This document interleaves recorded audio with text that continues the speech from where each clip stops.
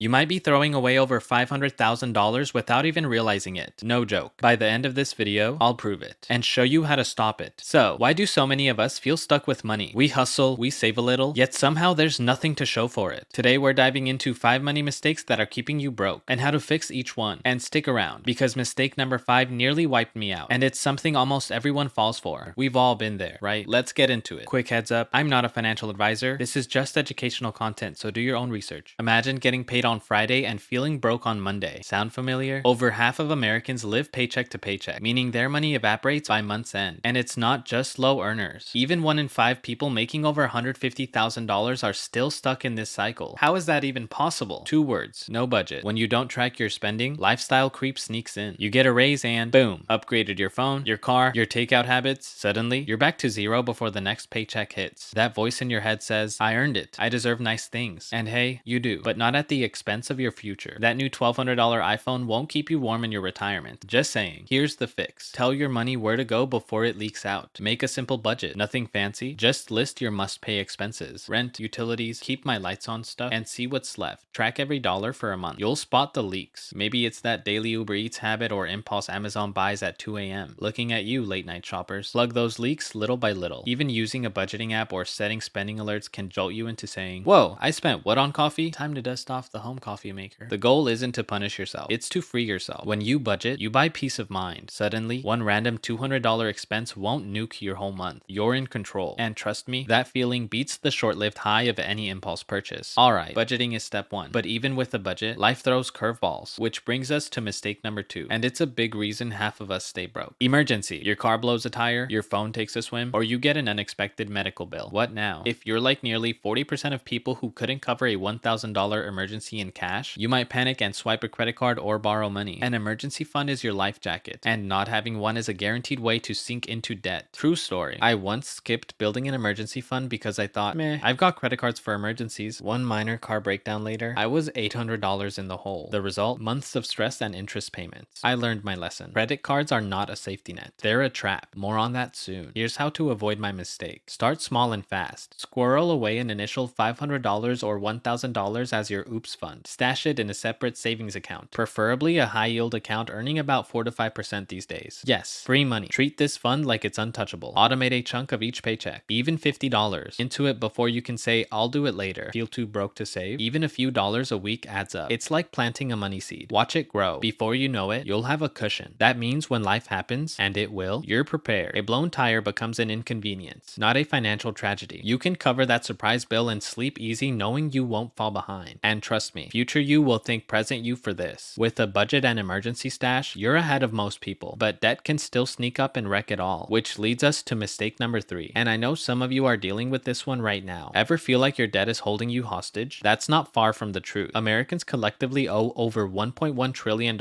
in credit card debt, and the average card charges about 20% interest. 20%? That's like a quarter of your balance added in interest each year. No wonder it's so hard to break free. Here's a scary example. Let's say you have $5,000 on a credit card at 20% APR. If you only make minimum payments, you'll pay thousands in interest, and it could take you years to get rid of it. You toss payments in, and very little of it actually shrinks your debt. Credit card companies love this. They're laughing all the way to the bank as you pay for that pizza or gadget 10 times over. Thank you for your interest in our interest. If you're in this trap, priority 1 is to stop digging the hole deeper. Avoid adding new charges and pay more than the minimum, even if it's just an extra $20 a month. Target one debt at a time. Maybe start with the smallest balance, quick win, or the highest interest rate. Max savings. Every dollar you throw at that debt is a dollar you're not sacrificing to interest. Also, negotiate and strategize. Call your card company and ask for a lower rate. You'd be surprised. Sometimes they'll actually say yes, or consider a balance transfer to a 0% promo card. Just don't rack up more debt afterwards, okay? The key is to attack that balance with intensity. Every $1,000 of credit card debt paid off is like giving yourself a $200 a year raise, because you're not paying it in interest. Destroying high interest debt is like removing a financial parasite. Once it's gone, you can finally get ahead. Which brings us to mistake number 4, a more subtle enemy: missing out on making money work for you. If you're keeping all your money under a mattress or in a checking account earning diddly squat, we need to talk. One of the costliest mistakes is not investing at all, or waiting until someday. Newsflash: time is your biggest ally, or your worst enemy. Fun fact, about 1/3 of working age Americans have no retirement savings. Zero. And many others start way too late. Let me paint a quick picture. Friend A starts starts investing at age 25, just $150 a month, while friend B waits until 35 to start with the same amount. By age 60, friend A could have over $390,000, and friend B ends up with roughly $180,000, nearly half, even though they put in the same monthly money. Why? Because friend A gave compound interest a decade more to work its magic. It's like planting a tree early. It grows huge. Wait too long, you get a shrub. Do you really want to retire with the shrub? Nope. Also, let's not forget inflation. That sneaky thief. Even at about 3%, inflation means your $100 today could be worth only $97 in purchasing power next year. Over a decade, that's like losing 1/4 of your money's value if it just sits there. So if your cash is chilling in a 0.1% interest account, it's actually shrinking after inflation. Yikes. The fix? Make your money work for you. This doesn't mean you have to become the next Wall Street wolf overnight. Start simple. Contribute to your 401k, especially if there's an employer match. Hello, free money. Open a basic index fund or ETF and automate a monthly investment, even $100. You don't need a stock pick or time the market. In fact, trying to time the market is another trap. Spoiler, most pros can't do it consistently. Just get in and stay in. Time in the market beats timing the market every time. But what if the market crashes? If it dips, think of it as a sale on stocks, and you're in it for the long haul anyway. Historically, the market's upward trajectory is your friend, so plant those money seeds now. Future you is kicking back with a nest egg, saying, thanks for starting when you did. Now, we've talked about not wasting money and making money grow, but there's one more thing that can erase all that progress in a snap: chasing the next big thing. Buckle up. This last one is a doozy and super relevant in 2025. We all want that secret to instant wealth, but chasing get-rich-quick schemes is the fastest way to go broke. Whether it's meme stocks, crypto moons, ground floor business opportunities, or lottery tickets, the story often ends in tears. Example, Dogecoin. Remember the hype? If you bought at its peak in 2021, you'd have lost about 78% of your money by now. Ouch. And yet, in the moment, FOMO, fear of missing out, makes it so tempting to YOLO your cash. For every friend of a friend who struck gold on some wild bet, there are hundreds who lost their shirts. It's just that nobody brags about losses. Truth is, the odds are against you. Studies show over 90% of day traders lose money, and less than 1% are consistently profitable. You wouldn't bet your life savings at a casino, I hope, but the stock crypto hype machine can be just as risky. And don't get me started on lottery tickets. Americans spend over $100 billion a year on lotteries, with a near zero chance of a jackpot. We're literally throwing money at a dream that statistically won't come true. Maybe we should all buy coffee stocks instead of lottery tickets, because we sure like burning money on hope. So how do you avoid this trap? 3 rules. Stay skeptical, stay diversified, and stick to a plan. If something promises huge returns with little risk in a short time, run the other way. Real wealth building is boring. It's index funds, skills development, starting that side hustle you understand, not falling for a random TikTok crypto tip or a too good to be true penny stock. When you feel FOMO tingling, remember, by the time everyone's talking about an investment, the easy money's probably already made, and you're likely the exit liquidity for those who got in early. Don't be the sucker left holding the bag. But what if this is the next Amazon? Sure, you can take calculated risks with money you can afford to lose, but make that the tiny slice of your finances, not the whole pie. The core of your money should stick to the proven path. Spend less than you earn, invest the difference, repeat. It may not sound as sexy as turning $1,000 into $100,000 overnight, but turning $1,000 into $100,000 over time with much less risk is how real people get rich. Alright, we've covered a lot. Living paycheck to paycheck, no savings, bad debt, not investing, and chasing hype. Let's wrap this up and get you out of here ready to take action. Congratulations, you made it through the gauntlet of financial mistakes, and more importantly, now you know how to avoid them. To recap, start budgeting so you're not broke on Monday. Build that emergency fund ASAP, even if it's small. Crush your high interest debt before it crushes you. Invest early and consistently. Let time and compound interest do the heavy lifting. And please, resist the silent song of get-rich-quick schemes. Slow and steady wins this race. Remember, the difference between those who stay broke and those who build wealth isn't super secret knowledge or luck. It's consistently doing these boring things that create extraordinary results. The best part, anyone can do it. Yes, even you, no matter where you're starting from. Now, go out there and take charge of your financial future. If you found value in this video, smash that like button. It really helps this channel. Subscribe for more no BS finance guides. We've got your back on this journey. And share this with someone who needs a friendly wake-up call about their money habits. We all know that one person, right? Thank you for watching, and until next time, remember, you're the CEO of your wallet, so act like it. Stay wealthy, you've got this. Check out our recent video. I'll see you there.